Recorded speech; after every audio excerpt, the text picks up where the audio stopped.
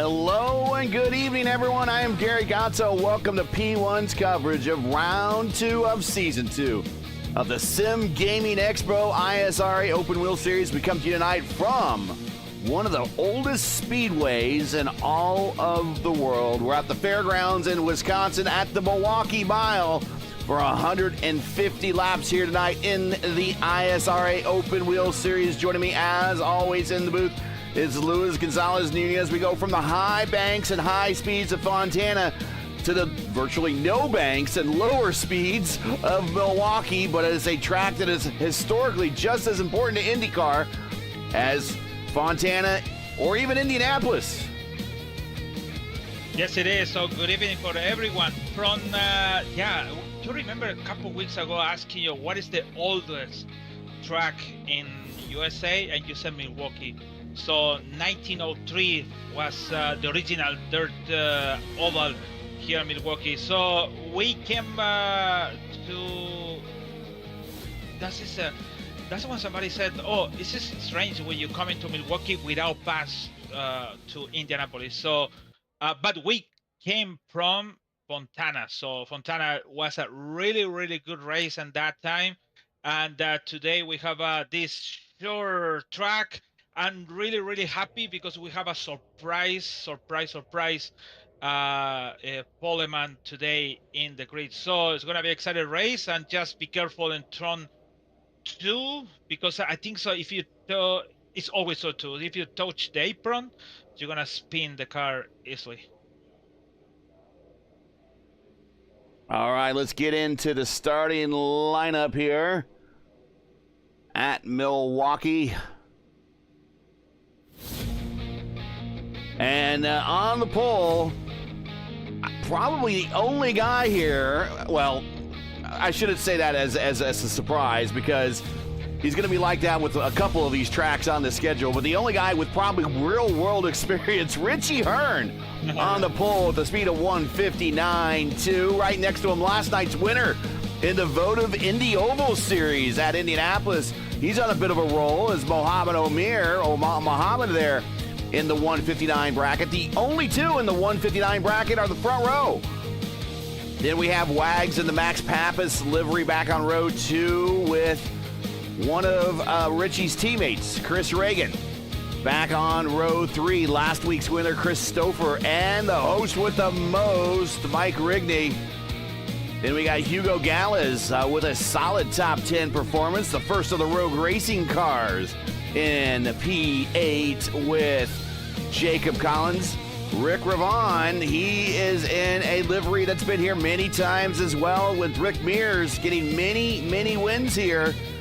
Rick is lining up 9th. David Rodriguez, first start in a while that we've seen him in the Indy cars. He won over in the Truck Series before.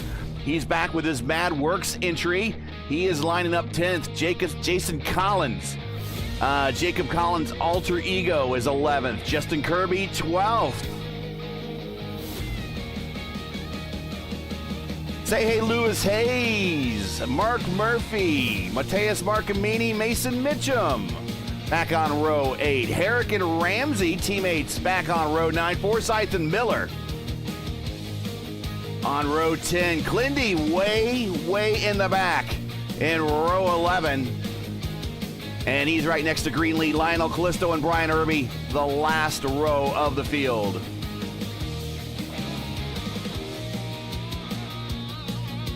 In 150 laps.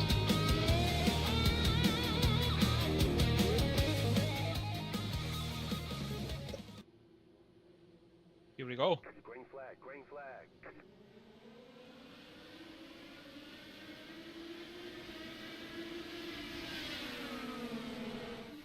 In the 1, it is Hearn, followed by Wags. As we're still side by side pretty much for positions second on back. We go 3 wide. Craig Stouffer going way low in the turn 3 under Chris Reagan. Oh, and Stouffer's wide off the corner and spinning. He makes contact with nobody, but he's going to go to the back of the order. Last week's winner coming off of turn 4. Doesn't hit a thing, but a lazy spin for Chris Stouffer.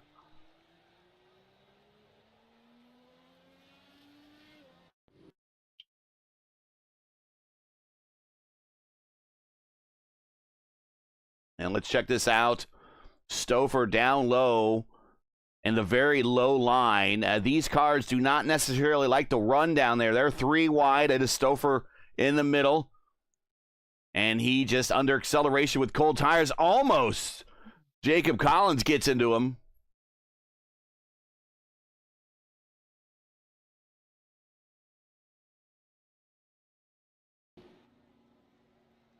And just like that, we are under caution here at Milwaukee. So that's the good thing about Milwaukee when you're spin in this car. Could be touch you, but sometimes you can save it in there.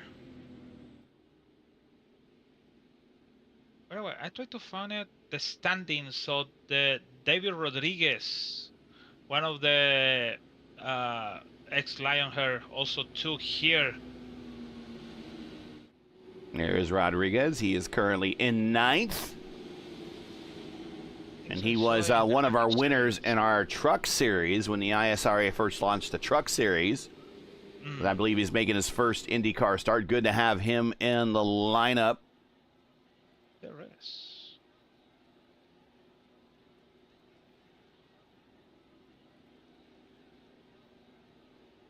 Lights are out on the pace car. We're going to go green next time. Bye. If you enjoy P1's coverage of the Sim Gaming Expo, ISRA Open Wheel Series, and respect the stream, please do us a solid. Make sure you support us by subscribing. And while you're at it, don't forget to smash like and click the bell so you don't miss out on future P1 iRacing broadcasts, including doubleheader tomorrow night on the IndyCar Oval Series for iRacing on our Tuesday night top splits. We'll be racing Indy cars at the new Atlanta Motor Speedway. First race at 8:15. Second race will follow immediately.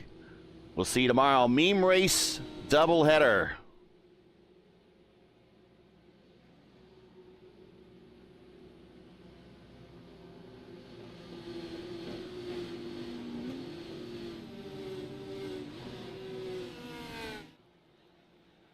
Coming to green on lap 5 here in this 150 lap event.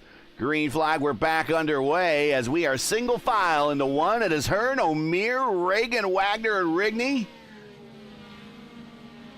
Back in 6 is Rick Ravon in the gold Charger. Gold Chargers sit there up at 3 spots already. Rick on the move. Jacob Collins sends it in on him on the high side. Here's the inside of Rick on Rigney. Rick purple lap that time by. Still coming up to speed. 149.5. Well, should be a little bit faster this time by. A little bit further on back. Clindy, Corey Miller, Chris Stouffer on a pack. Richie Hearn, Rick purple lap. Go ahead. Rick Ravon side by side with Rigney. And I see Rick Ravon going too sharp.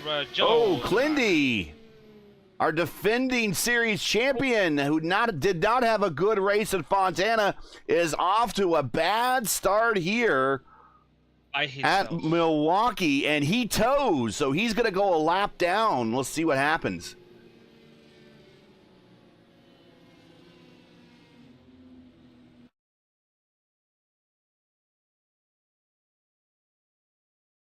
By himself for sure.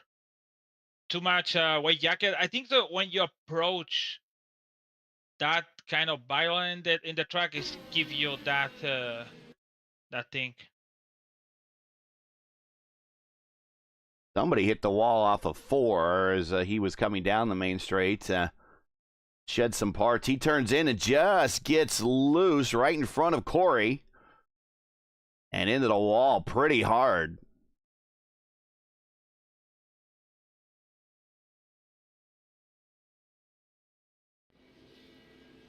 A difficult start to the season for last season's champion, as now we're starting to see some people take advantage of the caution and come to pit road. Justin Kirby on pit road. Mason Mitchum on pit road. Also on pit road, Lionel Callisto, Brian Irby.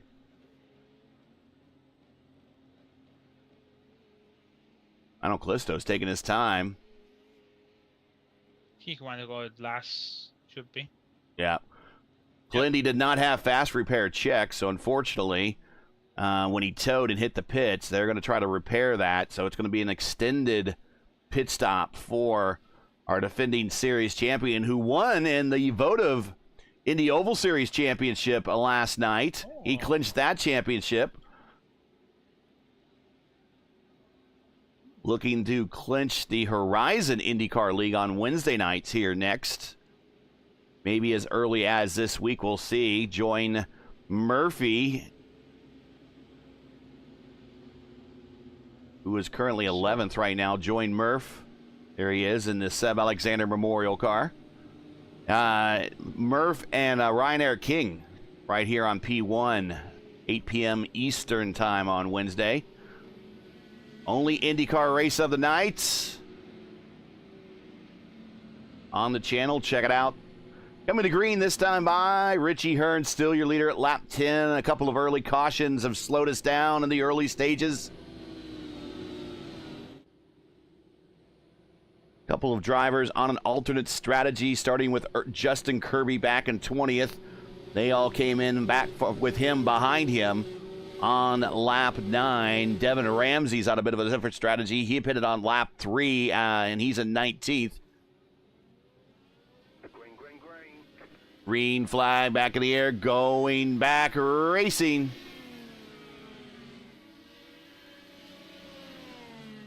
See Clindy coming off of pit road. Repairs are complete, but unfortunately he is well down in the order.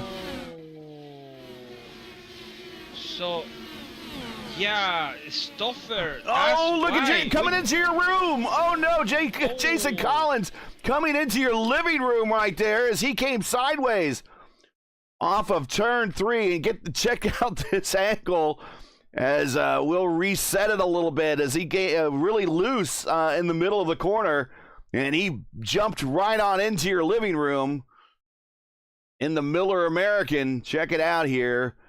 Jason Collins, who was on the podium last week in the car, as he turns very much like Clindy, just comes around and hold on, folks, in your laps right there.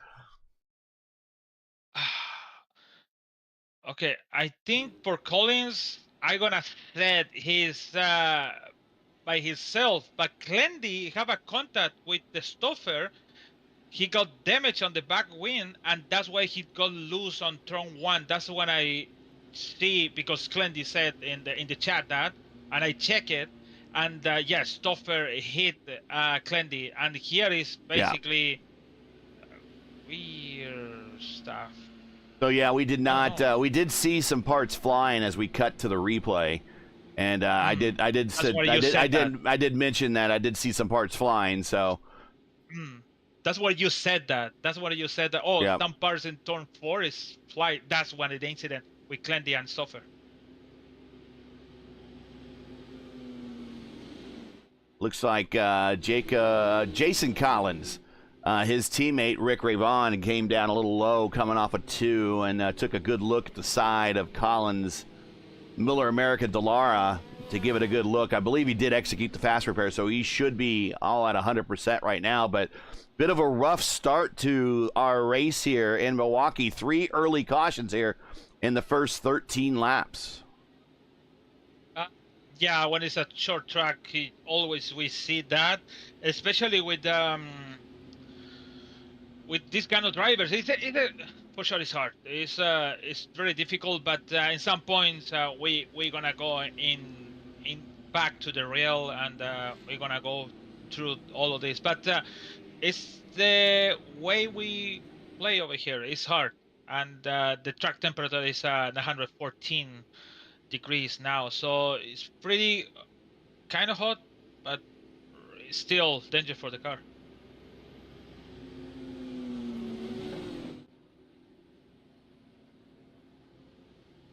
Going green this time by, coming to lap 15.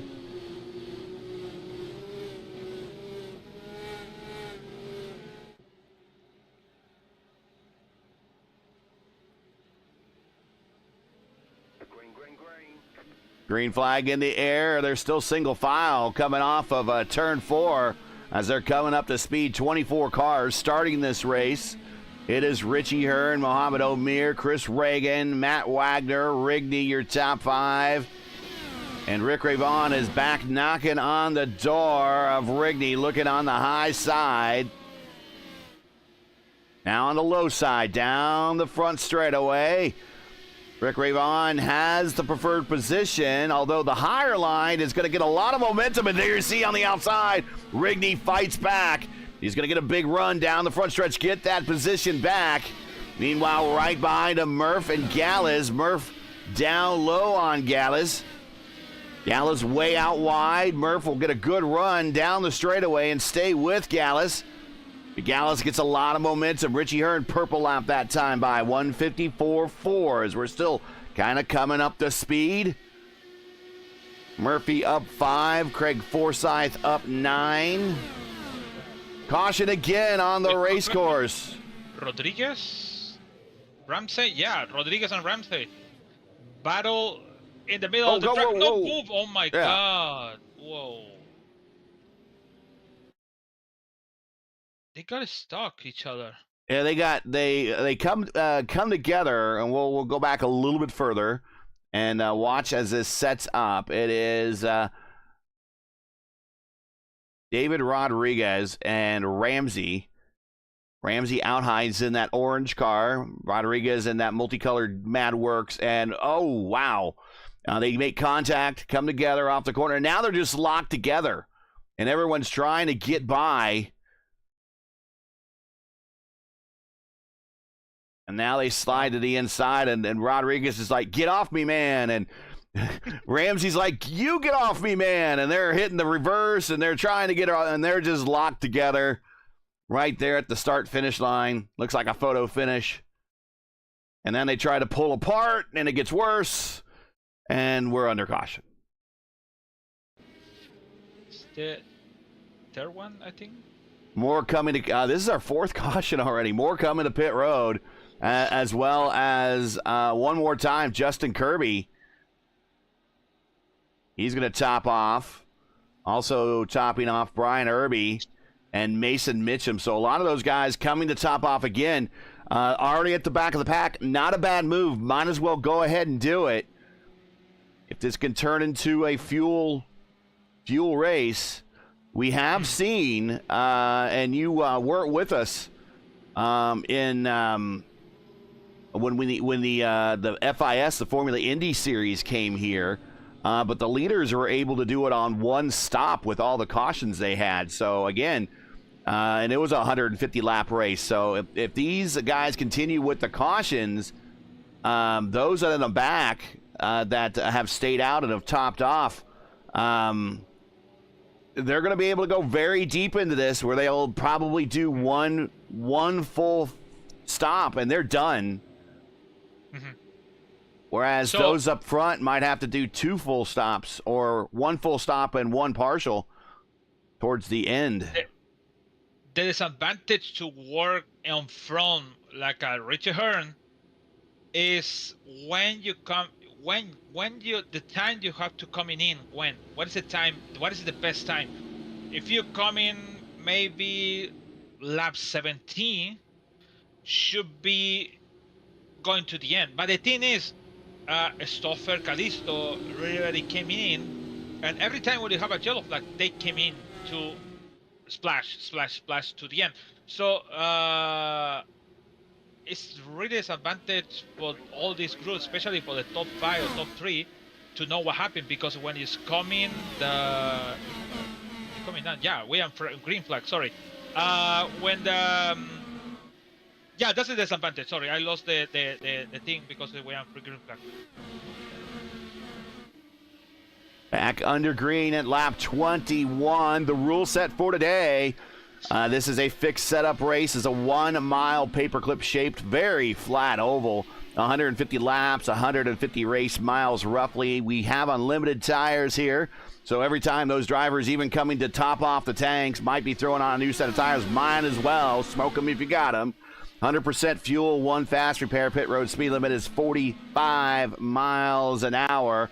As we watch that battle between Rigney and Rick Ravon again, back very underway. Smart, very smart Ravon, because he did something you have to do in this track. Brake before going high and don't go low. Caution again, and it's Justin Kirby. Oh. What?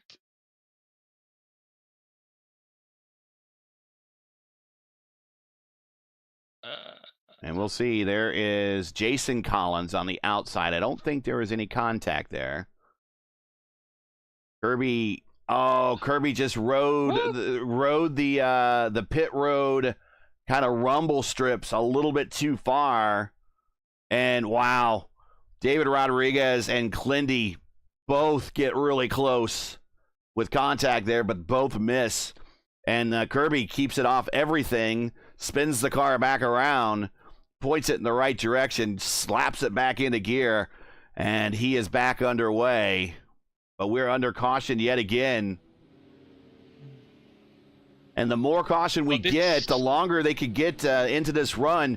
We can get really close to about 75 laps on this run if we get a long green flag run. Mason Mitchum does a pump fake. He decides not to come to pit road. Kirby is, though. He's going to throw in a new set of tires. So George in chat mentioned about the 17, and it's really, really tough to hear when you have a 17 yellow flags in 150 laps in track here in Milwaukee. So I hope we don't see that, because if it's happened like that, it's gonna be like a ERN race in Martinsville with 25 laps. It's just 3 laps yellow with 43 cars in that day. So that was like my first and last. Actually. That was the inside joke. There is that was Lewis's introduction to truck racing over on the Elite Racing Network. He's like, they needed some extra commentators, and I was already booked that night, but Lewis was like, "Oh yeah, sure, I'll do it." Sucker. And so it's truck race. It was a truck race at Martinsville, and he he was like, "My God, Gary, there was cautions every 3 laps." But the top of the cream was the lead who won the race. He didn't win the race because he got disqualified. Yes, the winner of the race got DQ'd. It was a race for the unique record books, but Hearn's still the leader, coming to green this time by. It's Hearn, O'Meara, Wags, Reagan, and Rigney, your top 5. As Rick Ravon keeps getting a run on Rigney. He just can't get to that pass, because every time he gets ready to pull that pass off, we go back to caution. So we'll watch this battle unfold as they come around turn 4, single file on the high line. Pace car will leave pit road, put the field back under the command of Richie Hearn. Green flag in the air. Here we go. And Rick got a good jump on Rigney. Rigney late jump on the restart, and Rick to the inside. But unfortunately, he is going to have the dirty air from Chris Reagan feeding him down low. They'll come side by side off the corner, and Rigney holds on to the position, and back again through turn 3 and 4, and the same thing. O'Meara have the momentum. They have a good momentum to pass or maybe stay behind on Richie Hearn. That's hard to stay behind on the car in this track. And unfortunately, with the yellow flag, he cannot show to Richie Hearn he can do it, but still on the back. He's still there, at least for 3/10. It's hard. 3/10 is really, really short for the car. So he have the momentum to come in and maybe waiting for the mistake for Richie Hearn. Hearn getting the purple lap. Checking chat, Leo Salvador checking in. He's one of the participants in the vote of Indy Oval Series. He's asking, how do I participate in the ISRA? This is an invite-only league. The best way, if I can, I'm not quite sure the best way to get a hold of him is contact Mike Rigney. There he is right there. I have the answer for that.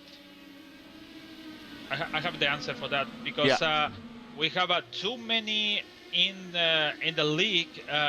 Mike Rigney decided to close for now the invitation or the included people for outside. So that's what he put in the announcement on the on his Discord, and good. That's how he said. Okay, good. You saw that. I missed that. So yeah, he. I believe it's reserved at 33 drivers. That's the maximum field size that the league allows. But Romere's going back down through the order now as he's getting passed by both Wags and Reagan. So O'Meara started on the front row, now down the fourth as that battle between Rigney and Rayvon still rages on. He saved on turn 4, and the entry on turn 3, he came too sharp or too close to the apron. He slid the car and he lost 2 positions over there, but good save for him to put the car on the track. Rick Rayvon gets around Rigney finally, though Rigney sends it to the inside in 3 and 4. Pulls alongside, but the momentum on the high side now starting to build up. Here's Rick again, taking a look at Mohamed Omer, last night's winner in the Vote of Indy Oval Series at Indianapolis by 0.002 of a second. The closest finish that I believe I've ever broadcasted at the Indianapolis Motor Speedway here on iRacing. He was winner last night, currently in 4th. Chris Reagan up in the 3rd. He is now on the tailgate of Max Pappas livery there of Matt Wagner, as this field is now starting to get lengthened out a little bit. Ryan Greenlee and Craig Forsyth on the back straight. Forsyth decided to pit a little bit early. No, actually Forsyth has fallen through the order a little bit. No, I'm taking that back. Forsyth is up 4 spots. So he is started towards the rear of the field, but he is recovering right now. And Forsyth's team owner is Jim Herrick in front of Greenlee. Let's see if Jim can help out Craig a little bit here.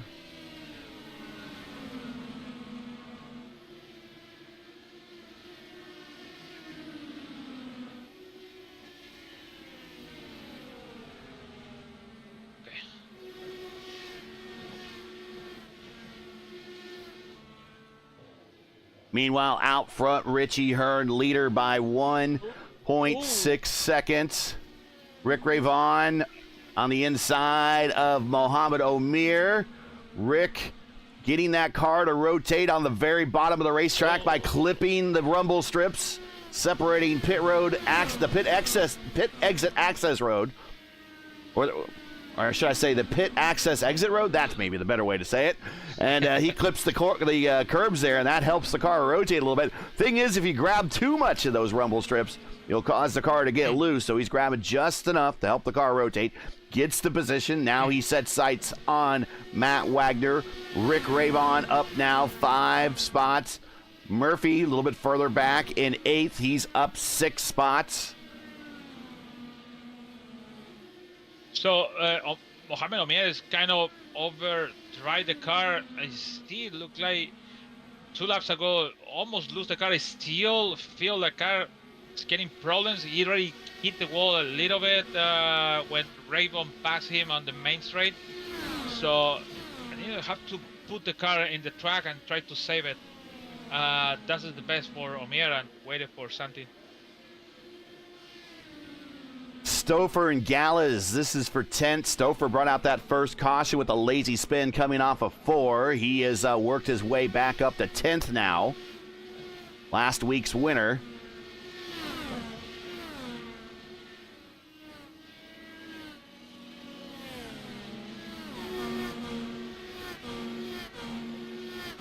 And now I think we're getting in a bit of some consistent laps here. Maybe get into a long green flag run.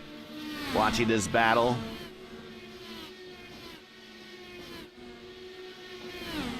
The ISRA Open Wheel Series is brought to you by the Sim Gaming Expo. Get ready for the ultimate simulation gaming experience.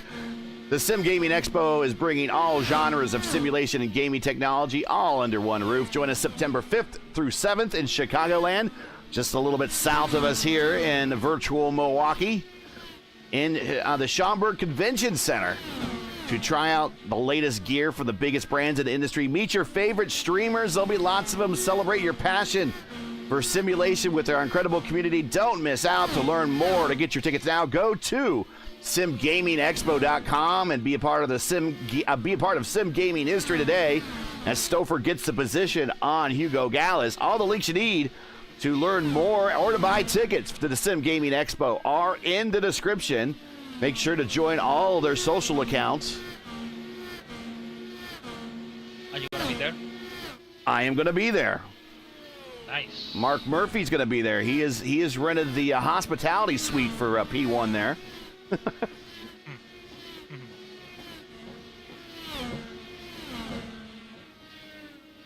Oh, Mohamed Omier is really need to cool down.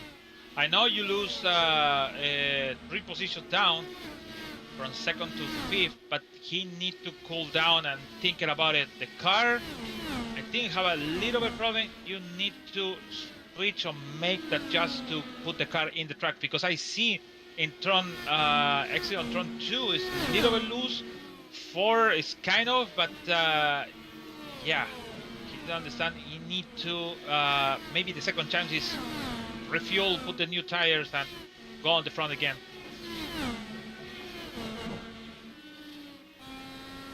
We'll ride with Rick Ravon.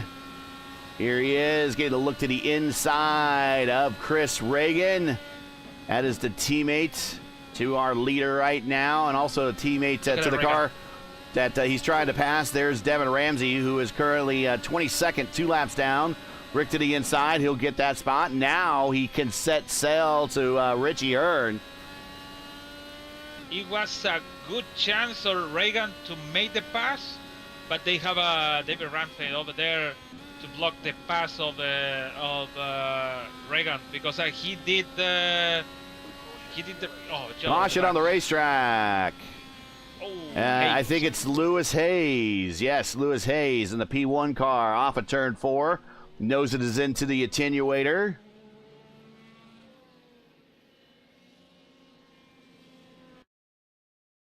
And it's just a lazy spin off the corner, and then when the car, it just barely touches one of the trash cans.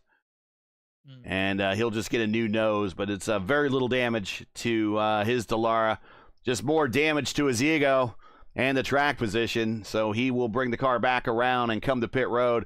And I would imagine that everybody probably does come to pit road this time by right at lap 50. This should be, I think so. If oh my God, that's the question. What should we do? I coming in, if you stay out, somebody with less lap tires could be past you easily. So I know that when you go first, you have a clean air, but you have to coming in. So everyone, included Richard Hearn, is coming in. So Wagner stay out. Yeah, he's going with track position. He thinks it's pretty valuable here. P1 Broadcasting is excited to announce a brand new Crown Jewel event for the iRacing IndyCar community, a 600-kilometer, 186-lap battle at Michigan International Speedway on June 7th, 2025. It's an all-star, invite-only roster of the iRacing IndyCar community that will take the grid, competing for over $300 in prizes. Stay tuned for more details. I believe the entry applications are open. It has been distributed through the community, and also each league that has that is a customer of P1 gets one free entry. So those, I believe, all those invites have been sent out to the leagues. But that will happen on June 7th at Michigan. It'll be a race to remember. Stay tuned for it. June 7th, the P1 600K at Michigan International Raceway. 52 of 150 in the books. Thanks for joining us, everybody. Here is the upcoming schedule for the season. We're not really worried about points today, being that it is the second race of the season. Here is your schedule. Next week we go to Chicagoland. Then we go to Legacy, Kentucky. Then we'll go to Gateway. And then to Indianapolis for a 500-kilometer event. Then our first road course. Then Homestead, Miami. Twin Ring Motegi, which we had a very exciting race at last season. In fact, our leader, Matt Wagner, was the winner there. We're coming to green this time by Phoenix, Michigan, Atlanta, Kansas, and Pocono is the remainder of the season. Green flag. Big jump by Wags. Staying out is Mark Murphy. They're opting for track position and really old tires to help them out. And light tanks, 52-lap old tires for Wagner and Murphy. Stouffer has cycled himself up the third now. Gallus stayed out. Jim Herrick stayed out. And Corey Miller in the Van Halen car. He has stayed out.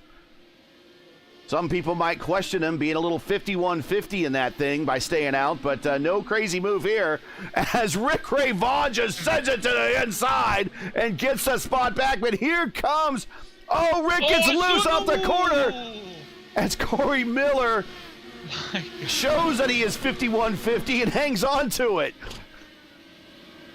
Nice save of Rick Raven over there. Romeo into the wall, and it collects Rigney. Rigney is forgiven, but we are not. Raven out. Richard out. Turn 2. 3 and then we're out. still piling up. Oh my gosh, we are. What on earth happened as Craig Forsyth was doing a barrel roll down the backstretch? Rick Raven. I don't know. He coming out for high, and Raven is safe. Oh my God, Craig Forsyth.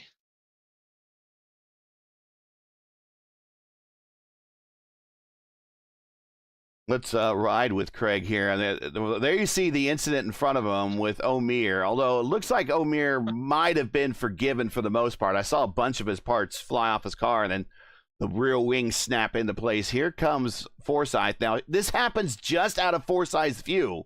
Remember, he is deep down in this cockpit. You're about 6 inches above his head right now. There he sees everything, and it is trying to slow down, and he just taps. Oh man. Speaking of Van Halen, you can play a little bit of Van Halen Dreams of that one. He did enough flight time. He can probably qualify for the Blue Angels. And that really is going to shake up the field big time.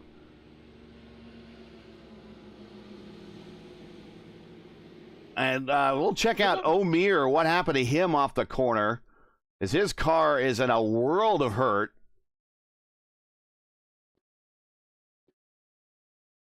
So he gets a little net code with Jason Collins on the corner. So we'll check this again. I'm not sure if it started here, but it's this. I think we had 2 incidents lead up to whatever happened on the backstretch. So here we see O'Meara and Collins just shallow entry, and or when he gets all the way to the bottom, and then of course when you have to exit, you go up the racetrack, right? So he smacks O'Meara into the wall. Then let's go a little bit forward to Rick Raven is racing Corey Miller here, and Rick just kind of goes up the racetrack and taps Corey. Corey takes out Reagan, takes out, there might be some damage on our pole sitter, but he might be able to come to pit road. There you see all sorts of carnage happening. Don't know if there's any damage on Rick's car. Okay, wow. Rick is clear. That's a good thing. Well, we're going to go green this time by, it is Wags and Murphy. They're probably working together, so they're going to time this restart. There they go. Christopher's going to keep up last week's winner, who brought out the first caution with the lazy spin coming off of turn 4. He is now caught up by virtue of all these cautions we've had. Hugo Gallas has cycled the P4. Rick Ravon now in 5th. Is Rick's car in good shape?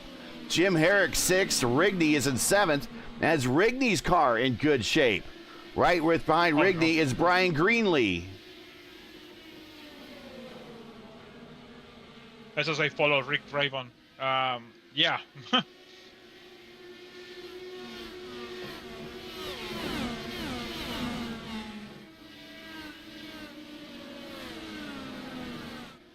And again, these leaders are looking at getting to the halfway point before making their first stop. I believe we've had enough caution that Wags and Murphy can probably for sure make it to 75 before needing to do their first stop. Yeah, that's the advantage when that's the gamble, and they gamble good. And that's good for these two guys. But Stoffer is coming with the new tire. I said new tire. It's just 49, but it's coming a good night. Caution again, and it is Jason Collins in the Miller All-American. He is nose in, as well as our pole sitter Richie Hearn, and this has changed everything up. Oh, Richie gets loose and goes into the inside wall and makes contact with his teammates. And then Kirby's involved. And then Collins involved.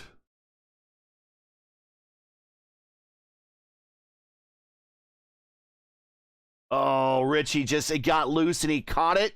And then as he caught it, it just took off and the front wheels just steered him into the wall. And then it was a chain reaction.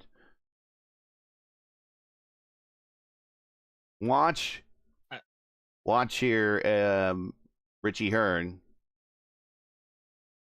Boom. Oh.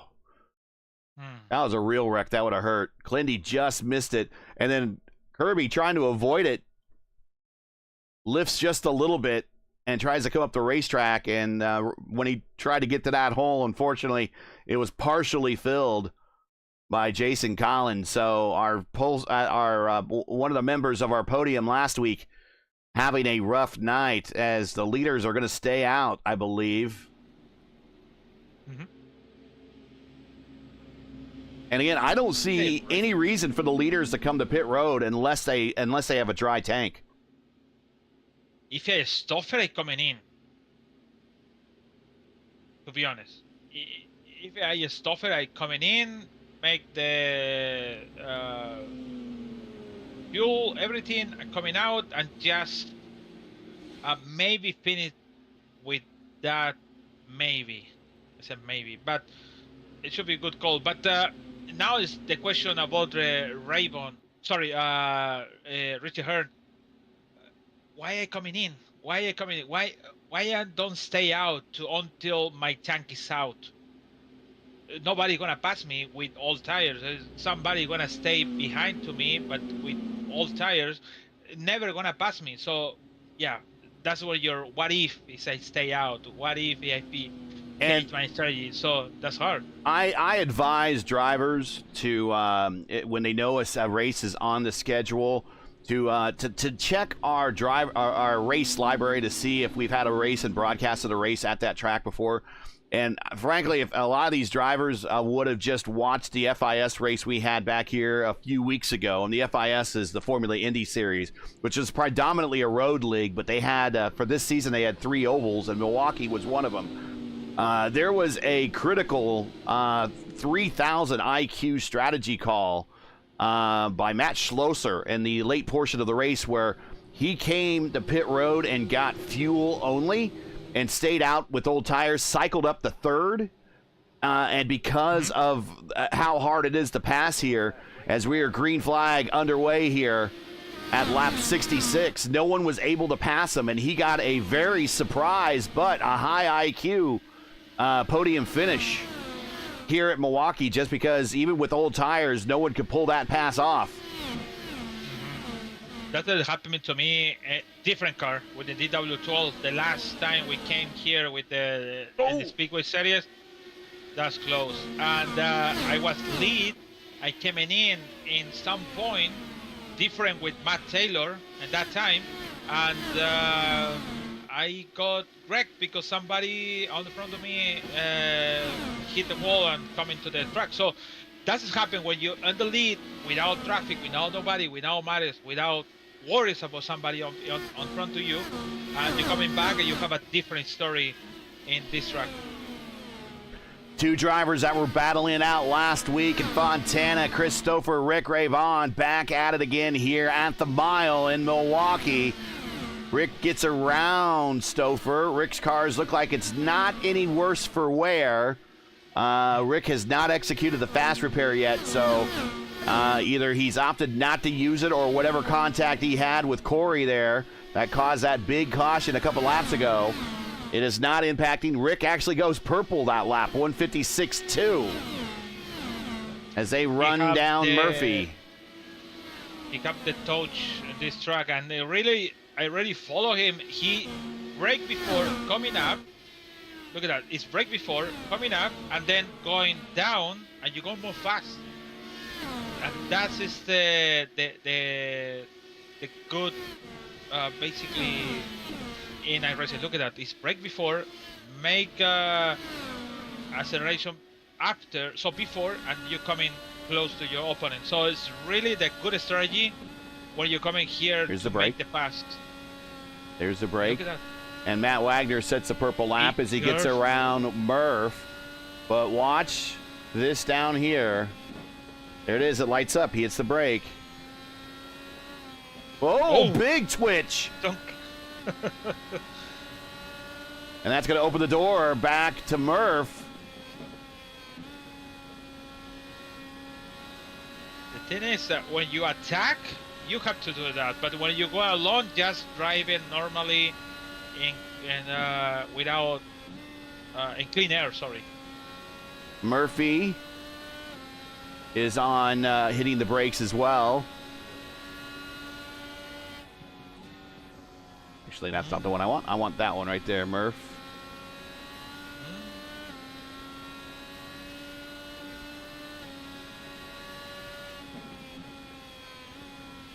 Good battle between two drivers with a lot of starts in these cars. Oh my God, Rodriguez, Boone and Tron 3, and yellow again.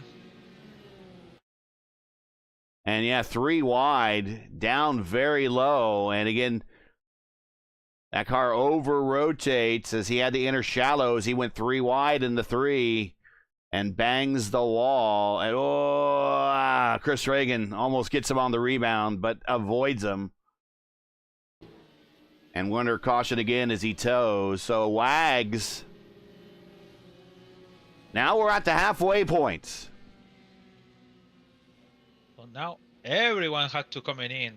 That's the makes sense in this point with all of these 9 yellow flag we have now. So that's good.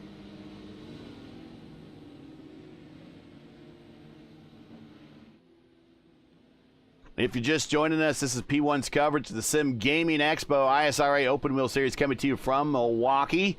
We've now completed 75 of 150 laps. If you're enjoying P1's coverage of tonight's race, make sure to smash the like button as all of our leaders come to pit road. Subscribe to the channel. And I've noticed that YouTube has instituted some coding and some AI that anytime I say subscribe and you're not subscribed to the channel, your subscribe button underneath, if you're watching this on a computer or a laptop, the subscribe button underneath the video window here will light up every time I say subscribe. So subscribe. I hope that lit up your button, and that's where the button, and it is free. All you need to do is just click it. It doesn't cost you a cent to be a member of the page. It does help our count. We're on the road to 1,000, so please subscribe. There's the button once more. Use it. Turn it red, or turn that red button gray. How about that? And ring the bell for future iRacing content, including tomorrow night. IndyCar Oval Series continues its season with round 5 of the championship with a, as we call it, our meme race doubleheader, as IndyCars will go to new Atlanta Motor Speedway Coverage starts at 8:15 p.m. Eastern time for race 1. Race 2 will follow immediately after race 1. Don't miss it. That's tomorrow night, 8:15. Indy cars on the super high banks of the new Atlanta Motor Speedway. A combination that will never happen in real life, but you'll only see it here on iRacing and on P1 Broadcasting. Rick Ravon picks back up the lead. Actually, I don't think he's led at all. This is his first lead all day, as he's been fighting with everybody in the top 5 tooth and nail, but he is there. And really, he's been the fastest car in the top 5 all day long. Currently has held the purple lap for a lot of the race, although Wagner now in 5th spot holds the purple lap with a 23 flat. It is Ravon Rigney. I don't know if Rigney has any damage from the incident with O'Meara. Get the driver inputs off. Here's a weather.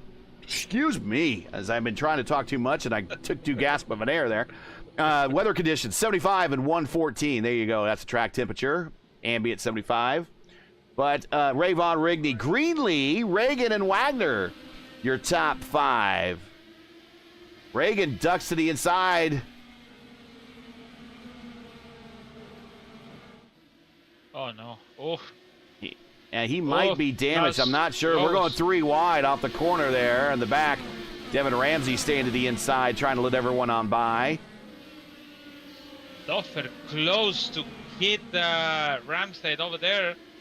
And, yeah, good for Ramsey, but it's hard to make leave you pass all these guys coming fast. Oh, Chris Reagan. Off the corner, a lazy spin, and he was up in the top 5 when that happened. He doesn't touch a thing, but we're under caution now.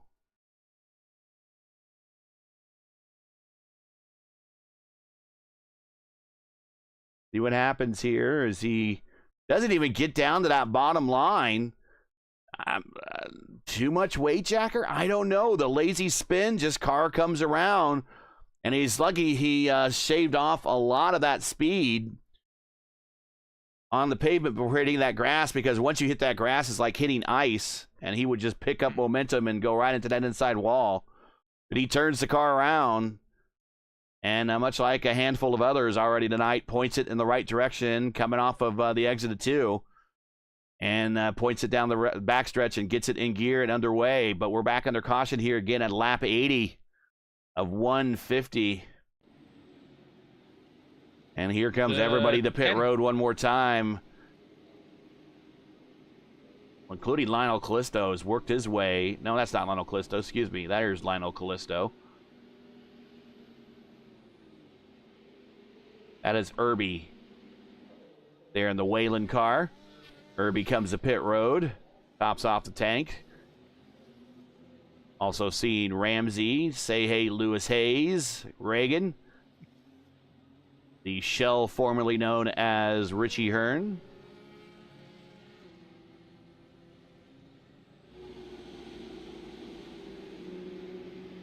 Do you remember how many yellows or cautions have in the FIS Formula Indy? I can look that up, I think. I think I can look that up. It's okay if it's done. So, because George said, Alsaldo said, I hope that our record will not be broken today. So we still have a 72 to go, 73 to go. And, yeah, I hope not. 4 cautions for 7 laps in the FIS. The winner was Caleb Bency. Gavin Sanders finished 2nd, and Matt Schlosser with the big call on pit road to go tires only. Or, excuse me, no tires and only fuel. So, came on 3rd. Yeah. Wow.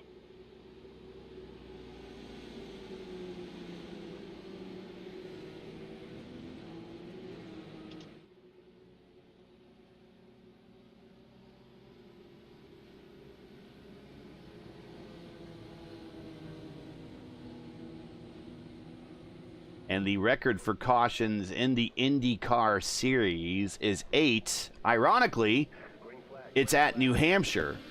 So another very similar oval to this, as we are getting tied up in the back of the pack as Rayvon takes the lead and the restart here. But 8 cautions for 24 laps at New Hampshire back in round 9 last season. Remember, that was a difficult day for a number of drivers. Murphy won that race.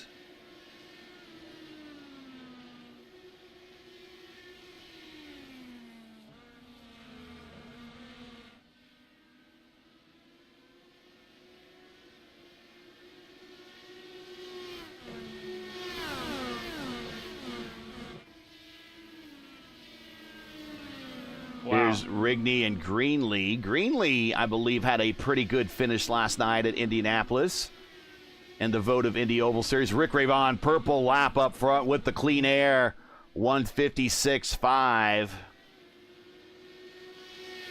It is fast, but the thing is, you have to stop. And I really think whatever is coming, the yellow flag's coming now or not, he needs to stop anyways. And the thing is, if he don't stop, it's gonna cost maybe the race. So I think so. The best for Rayvon is stop in the next yellow. I hope it's not happen, or maybe soon when the. Whoa, Greenlee way up high. Greenlee finished 6th last night in Indianapolis in the vote of Indy Oval Series. Rayvon purple again with the clean air, a 157.6. He's now pulled himself out to a 2.5 second lead over Rigney. Both these guys, all 3 of the top 3 actually, have stopped on lap 51. They're 36 laps into their stint. They're about halfway through, really. You could get about 75-ish laps to a run, especially with a lot of caution. Stoffer and Murphy, that's virtually for the second place on the race. Remember, it's Wagner, Stoffer, and Murphy. They are in the top 3 now. Murphy's 3rd in the virtually. Yeah, when we cycle through, we'll cycle through pit stops. The top 3 will come. Wagner will pick up the lead, and then Stoffer will move up to 2nd.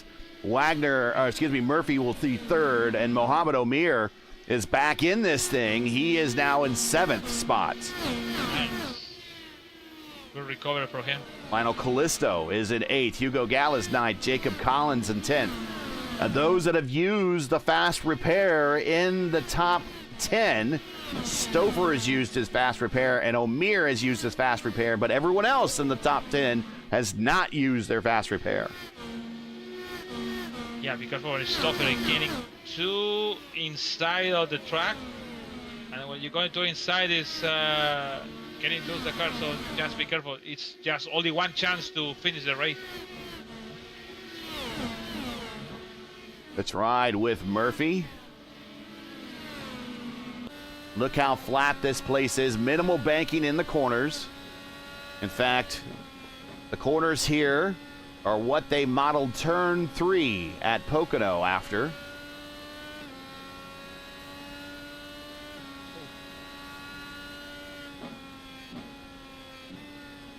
This place is so old. How old is it, Gary? Well, it is so old that the career wins leader here is a name that many drivers, many fans, unless you're a diehard IndyCar fan, know his name. It is Roger Ward. Roger Ward is the all-time wins leader here with 7 wins, and 7 wins in 13 races from 57 to 63. Your defending NTT IndyCar winner here, because now the IndyCar Series has returned to the mile. They had a doubleheader last year here. They're only going to have a single race here this season. Doubleheader last year. Pato O'Ward won race 1. Scott McLaughlin won race 2. 9 drivers have won for more than one sanctioning body, with the last being Seb Bourdais when he won previously in the Kart World Series. And he also won in the IndyCar Series a few years later. 10 drivers managed to back up their win at Indianapolis with a win here for the longest time. Milwaukee was the follow-up race to Indianapolis. We're watching the battle. Don't worry about it. Here we go. Greenlee stays high. Wagner on by. Stouffer on by. For the longest time, this was the follow-up race to the Indy 500. In fact, it'd be the very next week. And in fact, some of the racers that raced at Indianapolis that were like an Indianapolis-only type entry, if they did well at Indianapolis, often would be able to have enough money, the team, to fill the car here, so they would go to Milwaukee the next week and try to, have another good follow-up race back-to-back with Indianapolis. Here's Stouffer on the inside of Wagner, and I think Stouffer is going to get this position. Now, a number of drivers have backed up their win at Indianapolis with a win here at Milwaukee, but the last time it has happened was back in 2000. Last one was Juan Pablo Montoya, and he actually won across two different sanctioning bodies. It was he won in the Indy Racing League at Indianapolis, and then he came here the next week in kart, it still was the FedEx Champ Car World Series at the time. And he won and got the first win for Toyota here at Milwaukee. The 500 Milwaukee back-to-back winners include Bill Holland, Pat Flattery, A.J. Foyt, Al Unser Sr., Johnny Rutherford. Caution on the racetrack. Tom Sneva,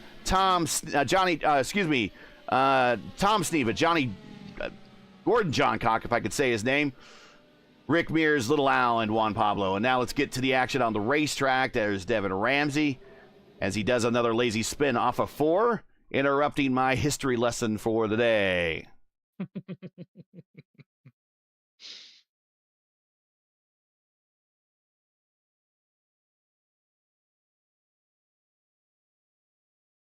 And again, just the back end on the corner exit. Comes right on around. Lazy spin, very much like his teammate, Stouffer. And he keeps it off contact, just needs to spin the car around and under caution as the leader goes by him on the high side. So I found it, like I just said, Roger Ward, when he won 2 times the Indy 500, 59 and 62. Same years he won the AAA USAC champion. So leader comes to pit road for a scheduled maybe final stop. And I think at 101, this would be a final stop for Rick Ravon. You see him coming off of pit road right now. So Stouffer, Wagner, Murphy, O'Meara, Gall is your top 5. They are 25 laps into their run. Can they get it to 75? It's going to be close. Wagner and Murphy did exactly 75 laps. Gallas did 75 laps. Herrick did 75 laps on their first stint and their only stop so far to this part of the day.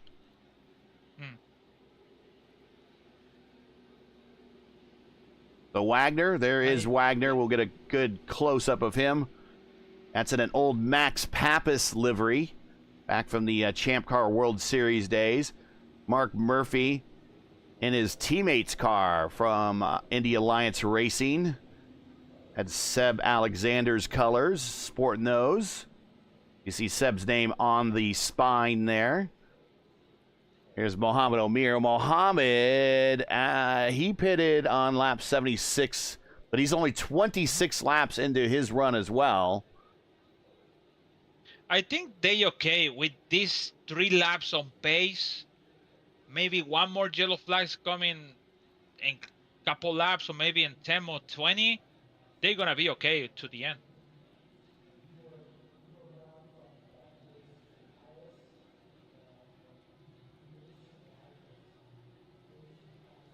That is our top 10. We're getting ready to go green this time by.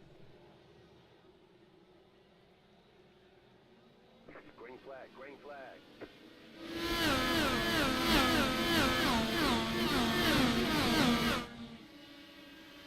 Oh, Raven loose. Oh no, forgiven by iRacing. Wow. Oh, he have a contact with the Mitchell over there. Yeah, he sliced underneath him. Might have made contact with the front wings and the attenuator, but iRacing decides to forgive him, and he's back underway. But he needs to get a move on before those tires kind of equalize out, as track position is more than anything here versus fresh tires. He's got the fresh tire advantage, but it's not much of an advantage here at Milwaukee. Tough race for everybody here today. Rayvon in the inside of Mitchum. Mitchum stays high in the corner. He's going to stay high in the 1 and 2. Rayvon's going to stay low, go down that bottom lane. He gets a little loose. He's still a little loose.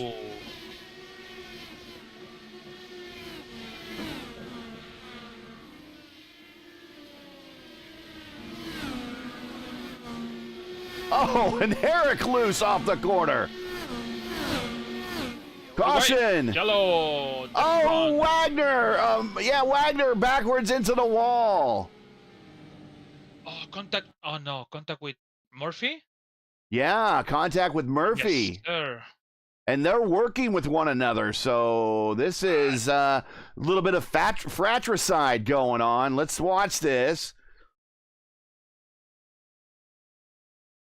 Oh, and I don't think Murph really expected, or maybe expected more room.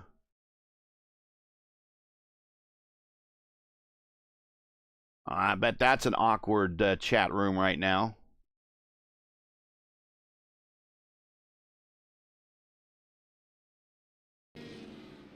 Meanwhile, this really just kind of helps their cause up front as they go back under caution again. And I think we've gotten to the 8 caution record of the ISRA, at least on the open wheel side of things.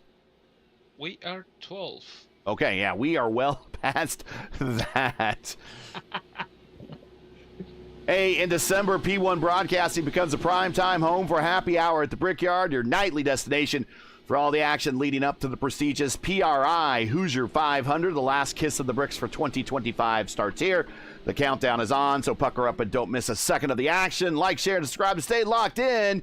And we will see you in December when we watch practice, qualifying, and the race of the PRI Hoosier 500 later this year. ISRA Open Wheel Series is brought to you by the Sim Gaming Expo. Get ready for the ultimate simulation gaming experience. The Sim Gaming Expo is bringing all genres of simulation and gaming technology all under one roof. Join us September 5th through 7th in Chicagoland at the Schaumburg Convention Center to try out the latest sim gear from the biggest brands in industry, meet your favorite streamers, and celebrate your passion for simulation with our incredible community. Don't miss out. To learn more, to get your tickets today, go to simgamingexpo.com and be a part of sim gaming history today. Link is in the description. Check it out. I will be there. I am not a scheduled guest yet. I don't know if I will be a scheduled guest. I just might be an attendee. Who knows? There might be a race that they want me to call. We'll see. We'll find out. Well, whatever you're gonna be is gonna be great, actually. Looking forward to it. First week in September there.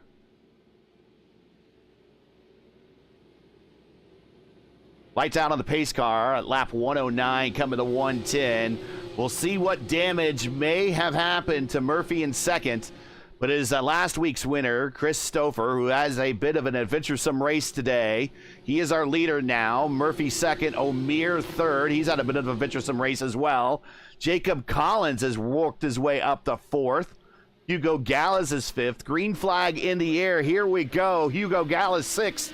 Lionel Callisto sixth. He's up 17 spots.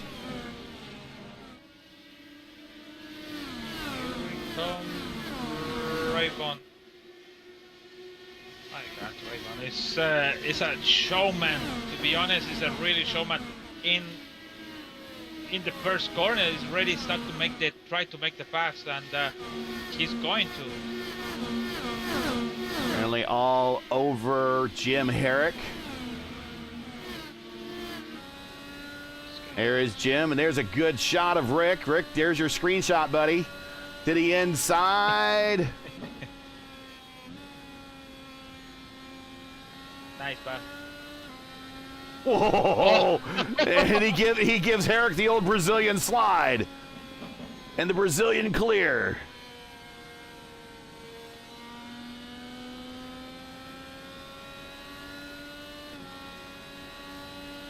Rick had full faith in his spotter when he said, clear, clear.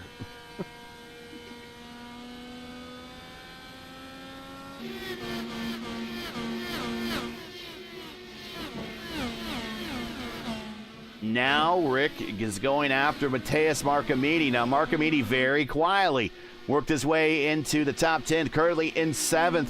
Marcamini up 8 spots, started 15th, currently in 7th spot. He had a moment early in the race in that big caution where I think he basically vaulted Craig Forsyth over him as Forsyth made tire-to-tire contact with Marcamini. Marcamini was having a good race in Indianapolis, was having a good race at Fontana last week. Just needs to put together a good finish. Here comes Rick taking a look underneath, racing in front of him and taking away kind of the clean air. Marcamini stays high, Rick stays low. Rick's getting a little bit of dirty air from Lionel Callisto. Now Rick trying to get a bit of a run, trying to line up his car to get into the draft and get underneath the attenuator of Marcamini to get that slingshot move going into the corners.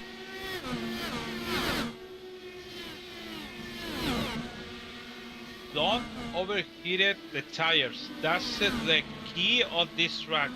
I know you want to make it faster. I know. Oh my God! You know you're fast, but don't overheat it. And every time when he make the pass in the inside, you overheated the tires, and at some point the tires get like, okay, you done. Caution! Like now we have. Oh my!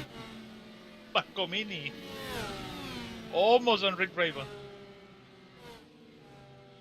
Brian Irby. And yeah, Marcamini and Ravon, Irby grabs a little too much of the apron there, the rumble strips on the inside of turns 3 and 4. And Forsyth scoots out just enough to avoid that one. But Marcamini and Ravon there, Ravon was using Hugo Gallas as a pick a little bit. And Ravon could not, or Marcamini really had limited possibilities to defend there. So now Marcamini back to 8th, Ravon up to 7th, Hugo Gallas still hanging on to 6th. So now what do we see? What happened? Stouffer coming to pit road? No, pump fake. He is staying out. Murphy staying out. O'Meara staying out. Jacob Collins staying out. Lionel Callisto staying out. Marcamini's coming to pit road for his final stop. Maybe just to throw on a last set of tires and do a full send here over the course of the next 30 laps or so.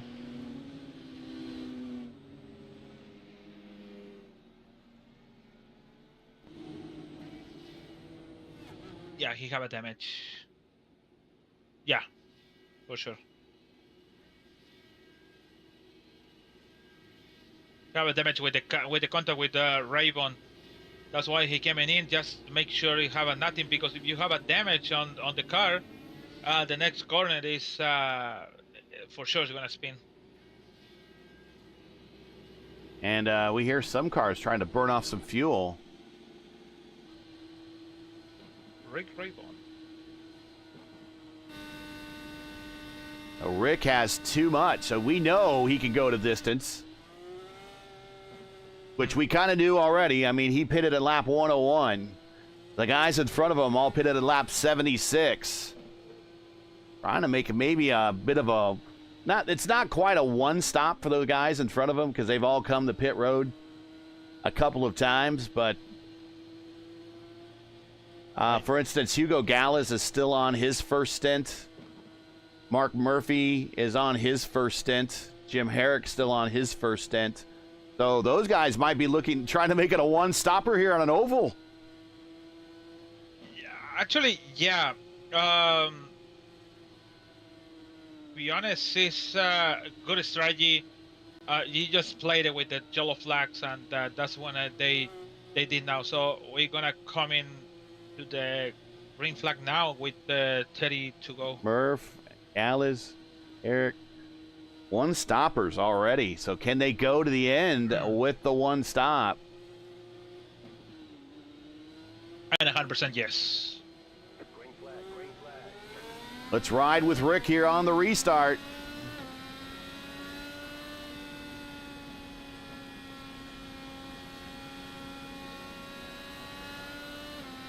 Now they have a big guys, Galas, then Calisto, that's the wall. Then Collins, Omier over there is very fast on the front. Murphy, and then Stoffer. I think it's going to be hard to come into Stoffer, but you know, everything going to happen. With the Raven show in Milwaukee. Look at Rick get a big oh my run God, on he lost Hugo. The win. Wow. Oh no, he forgive it. So Rick is going slow in, slow and low in, and very fast and hard off. That is kind of the approach he's taking. Watch as he's tapping the brake. He's getting the car to rotate, going down that bottom lane. As soon as he feels the car get stable underneath him in the bottom lane, he is on the gas. And look at the work he's putting into this. He's in third gear right now. He's going to come to fourth gear, counter steer. Fifth gear. Not quite sixth gear yet, doesn't need to use it. But if you think it's just a driver, you're watching this, you're like, I watch stock car racing. I mean, this can't be. How hard could this be? They're Indy cars with a lot of downforce turning left. These guys are putting a lot of work into this. They're not only shifting gears and braking and shifting multiple gears on a lap, but they're adjusting their tools. Stouffer fastest that time by 157.8 on the purple lap. But they're adjusting their tools, their weight jacker, their anti-roll bars. I mean, they're doing things. Car caught off the corner, and that is Omier, and we are under caution. Raven have a damage. So I see your replay over here in my phone. In your camera, didn't lose the front wing, but in my camera, he lose the front wing and he coming back with the front wing. So he have a damage. A good yellow for him, bad for Omier because he wasn't the top 5. Omier just coming off the corner and a lazy spin at the exit. And it goes to the inside, and unfortunately, Omier was in a good position. As you see, the laps since the last pit, Omier was 50 laps since the last pit. Probably could have made it home. Now he loses a bunch of track position. He might as well just come to pit road, get a fresh set of tires, and see if he can come back up through the field at this point.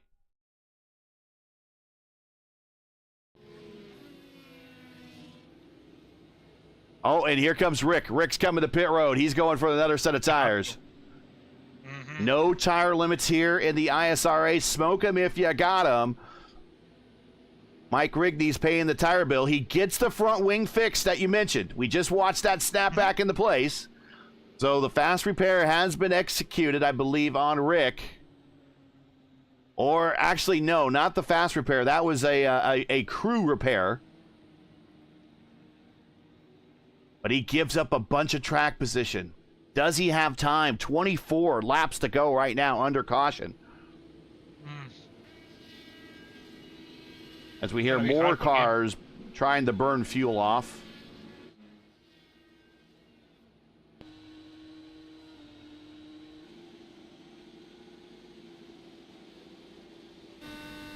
And Hugo Gallas, he's burning off fuel, so he has too much.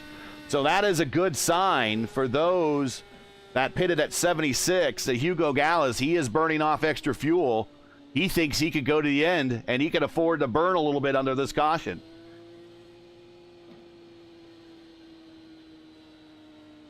God, this is the 14. So, yeah, the 100% everyone can go to the end. So we don't have a worry about the fuel for everyone. So good for Stoffer because he did a good strategy. Good for Murphy. Actually, Calisto. He started from the back for 23, basically on the back, and now he's at top 5 over there. That's the no quality challenger success for him for now. What you're hearing Hugo Gallas doing, we're getting ready to go green here with 22 to go. He's hitting the clutch and then pushing 100% throttle and hitting the rev limiter, and that's burning off fuel to make him lighter. That's what he was doing there. So we are about ready to go green, hopefully for the final time, and a sprint to the end. Last week's winner, Chris Stouffer, Mark Murphy, who was really in the running for last season's championship until he went on vacation, and just the way the math worked out in the championship, he was kind of in the lower portion of the top 10. And he had multiple wins last season. He is second. Jacob Collins up in third. The Rogue Racing teammate to our champion, Kyle Clinworth, has had a great day in the plain white wrapper. He is up to third spot. Lionel Callisto, our Xfinity Season 1 champion and our Truck Series Season 1 champion, and had a great finish to the end of the season in the IndyCar Series, or the Open Wheel Series, last season. He is fourth. Hugo Gallas, who had a pretty good campaign in the IndyCars last season in the Open Wheel Series, including one podium at Homestead. He's fifth. Jim Herrick is in sixth. Mason Mitchum in seventh. Rigney, the host with the most, is in eighth. Brian Greenlee, ninth. Lewis Hayes in 10th. Rick Ravon back in 13th. And I think Rick's going to run out of time. Yeah, I hope don't get it too excited to come into the front, but it's coming, and it's coming hard, and coming with a lot of violence over there. Mason Mitchum on the inside of Jim Herrick. This is a battle for sixth.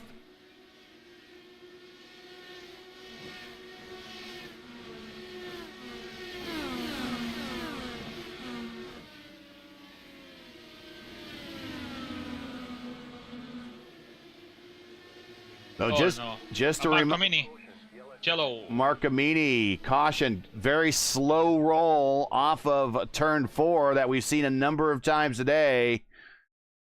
He gets it locked down and straightened out, and then, well, I'm pointed to pit road. I might as well just come to pit road.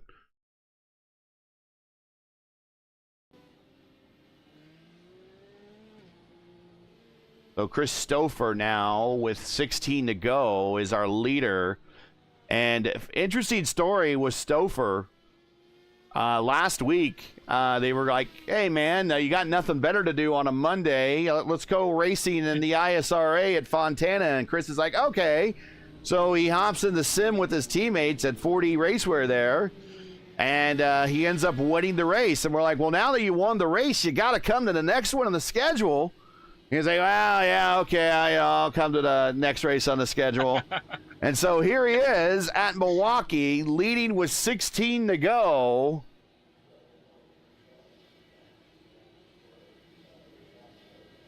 I'm looking. Oh my God, yeah, that's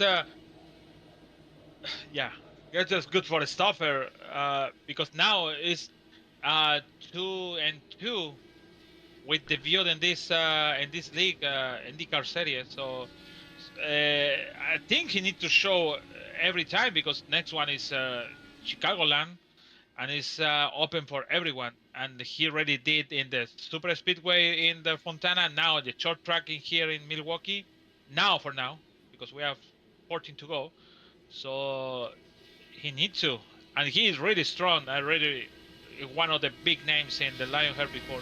He's burning off some fuel right now, too. Once again, if you're just joining us, you're watching P1's coverage of round 2 of 14 of the Sim Gaming Expo ISRA Open Wheel Series coming to you from Milwaukee. We're currently last week's winner, Chris Stouffer, is in the lead with 15 laps to go. Make sure to smash the like button, subscribe to the channel so you don't miss out on the next race. The next race for us here in the Sim Gaming Expo ISRA Open Wheel Series is just south of us by about 130 miles. This is a 150 lap race, 150 mile race here at Milwaukee. It's actually a longer race than the distance it takes to drive from Milwaukee to Joliet in real life. Joliet is only about 130 miles away. So we will be in Chicagoland for our next race.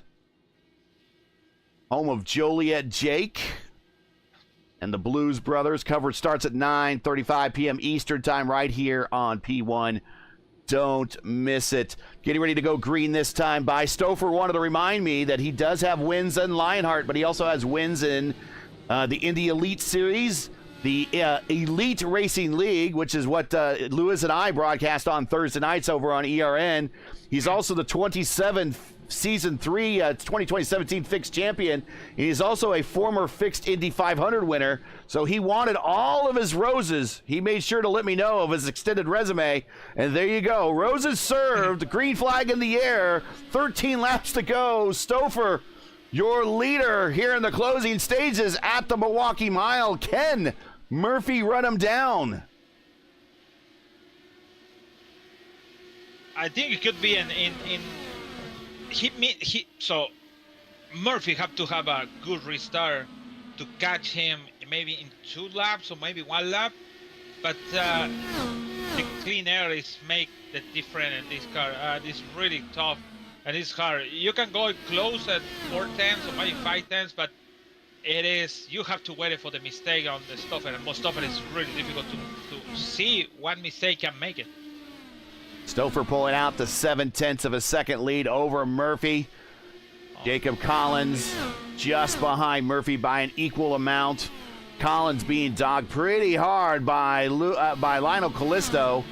Let's go back to that battle as that's getting really close now.